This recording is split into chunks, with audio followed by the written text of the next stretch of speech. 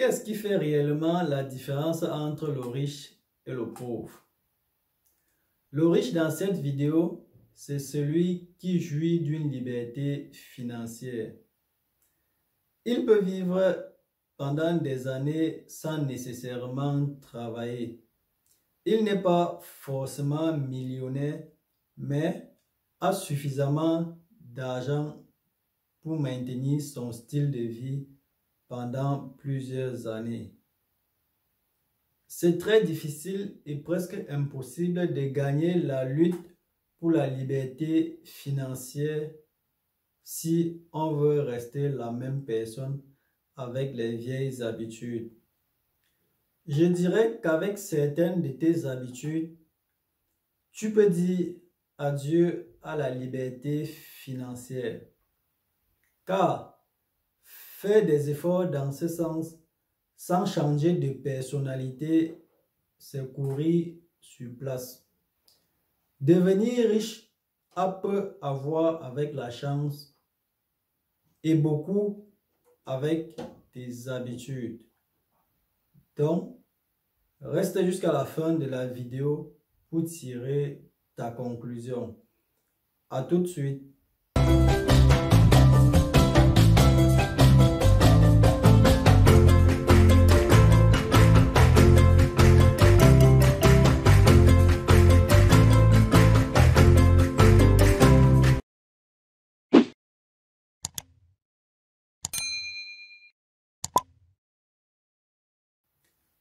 Salut, j'espère que tu vas bien.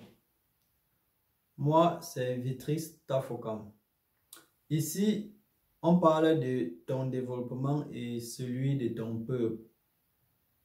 Si tu es nouveau, abonne-toi sur la chaîne, active la cloche de notification et partage la vidéo.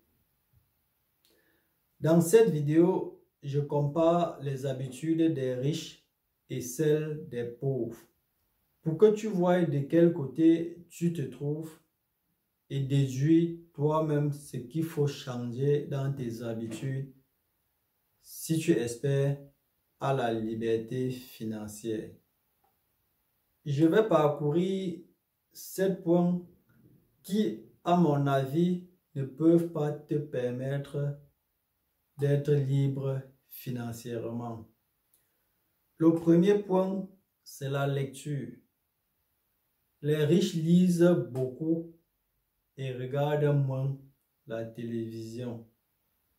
Tu dois beaucoup lire, mais pas n'importe quoi. Lis des livres qui vont accroître tes connaissances dans tel ou tel domaine pour être plus efficace, pour mieux te connaître, pour ton développement personnel. Je sais que mes frères et sœurs lisent très peu ou pas du tout, mais ça s'apprend. Tu peux commencer avec un livre en 5 mois. Tu vas t'habituer avec le temps. De nos jours, tu as aussi beaucoup de livres audio que tu peux écouter sur YouTube, comme tu le fais si bien avec la musique. Quelqu'un avait dit, si tu veux cacher une information à mon peuple, il faut mettre sur papier. Donc, il faut renverser cette tendance. Les riches lisent beaucoup.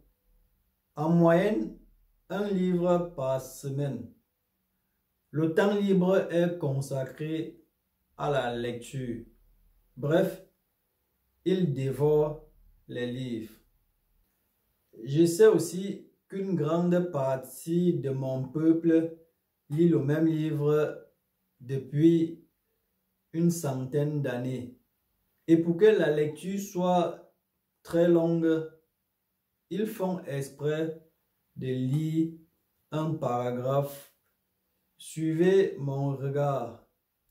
Et pourtant, tu peux te concentrer, tu lis le même livre pendant quelques mois et après, tu changes de livre. Concernant la télé, je ne sais pas si tu as eu à faire cette remarque. Tu ne verras jamais la publicité des grandes marques de voitures, par exemple, passer à la télé? Non. Parce que les potentiels acheteurs ne regardent pas la télé.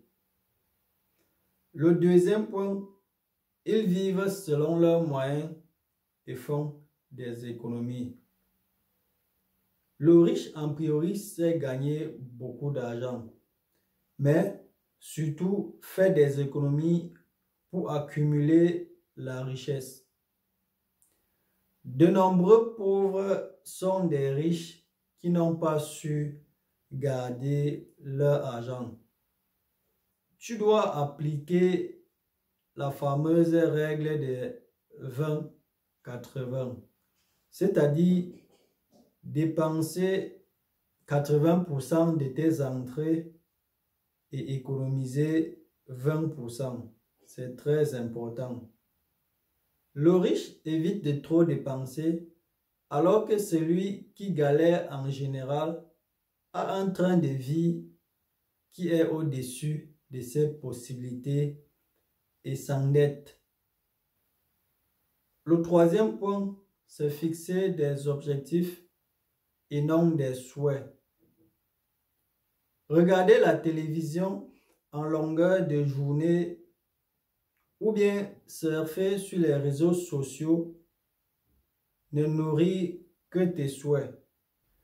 Tu ne peux pas contrôler le résultat d'un souhait, mais tu peux contrôler le résultat d'un objectif. Les riches poursuivent tous un objectif ou bien ont un rêve à atteindre.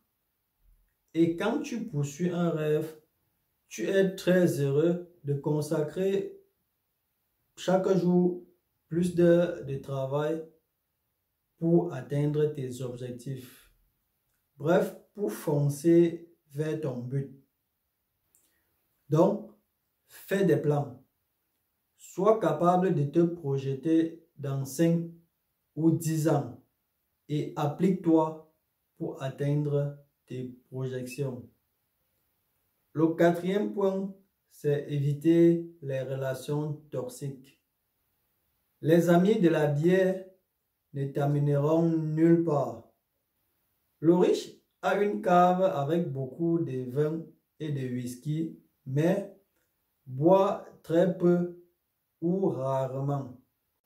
Ces whisky et vins font juste partie de sa richesse et peuvent être revendus.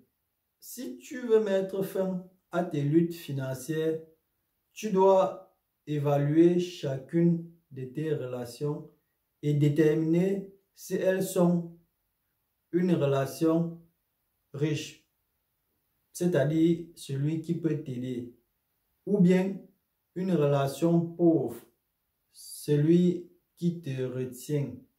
Commence à passer de plus en plus de temps avec tes relations riches et moins de temps avec tes relations pauvres. Car tes relations enrichissantes peuvent t'apporter un emploi, te recommander une nouvelle affaire ou t'ouvrir des portes d'opportunités. Le cinquième point, c'est jouir d'une bonne santé et prendre des risques. Fais beaucoup de sport, car la bonne santé est très essentielle pour ta liberté financière. Nul ne peut gagner de l'argent dans un lit d'hôpital. Moins de maladies signifie moins d'absence et plus de productivité. Le riche est rarement riche du premier coup. Il a souvent essuyé des échecs. Il s'est endurci en prenant des coups et prend beaucoup de risques. C'est aussi pour cette raison qu'il saisit parfois des bonnes opportunités. Le pauvre vit souvent très mal ses échecs et garde des cicatrices qui lui font mal et l'empêchent de renouveler les initiatives. Tu devrais peut-être célébrer l'échec, car il n'y a pas de réussite sans échec. Le 6e point, parler moins et écouter plus. Tu devrais écouter les autres 5 minutes pour chaque minute que tu parles. Les gens riches sont des bons communicateurs parce qu'ils sont aussi des bons auditeurs. Ils comprennent que tu peux apprendre et t'éduquer seulement en écoutant ce que les autres ont à dire. Le 7e et dernier point, n'abandonne jamais. Ceux qui réussissent dans la vie ont 3 choses en commun: la concentration, la persévérance et la patience. Ils ne cessent tout simplement pas de courir après leurs grands objectifs. Par contre, ceux qui luttent financièrement abandonnent rapidement.